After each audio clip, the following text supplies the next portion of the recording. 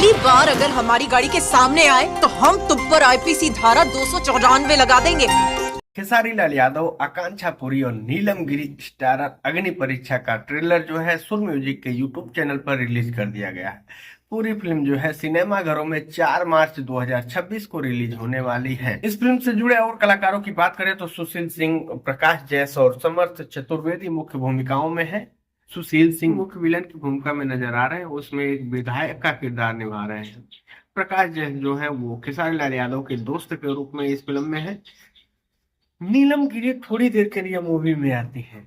उनकी शादी होती है खेसारी लाल यादव से, जिनका नाम कृष्णा रहता है मूवी में। कृष्णा से शादी होने के बाद वो डेथ हो जाती है उनकी प्रेगनेंसी के दौरान। तो इस पे भी खेसारी लाल यादव के साथ बहुत अत्याचार किया जाता है। इस फिल्म में इमोशन भी है, ड्रामा भी है, एक्शन भी है, रोमांस भी है। इमोशन से भरी हुई फिल्म है, लेकिन फिल्म के कुछ कमजोर कड़ियां भी है। देखिए, फिल्म की कमजोर कड़ी ये है कि इसमें 7 गीतकार हैं, डिस्क्रिप्शन में दिया हुआ है। ट्रेलर में तो 3 ही गाने दिखाए गए हैं, लेकिन डिस्क्रिप्शन में 7 गीतकारों के नाम है, 4-5 म्यूजिक डायरेक्टर है। तो ये मान के चलिए कि कम से कम इसमें 7 गाने तो होंगे ही।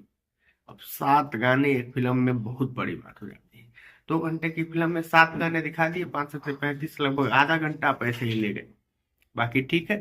और एक और चीज जो भोजपुरी फिल्मों में चलता आ रहा है, कहानी भाई घिसी पिटी पुरानी की। हीरो को हीरोइन से प्यार होना, हीरोइन का बाप जो है वो गुंडा होगा, चाहे भाई गुंडा होगा, और उसी को, और वो बहुत पैसे वाला होगा, रुतबे वाला होगा। ये पुरानी कहानियां हैं, ये सदियों से चली आ रही हैं, अभी तक चल ही रही हैं।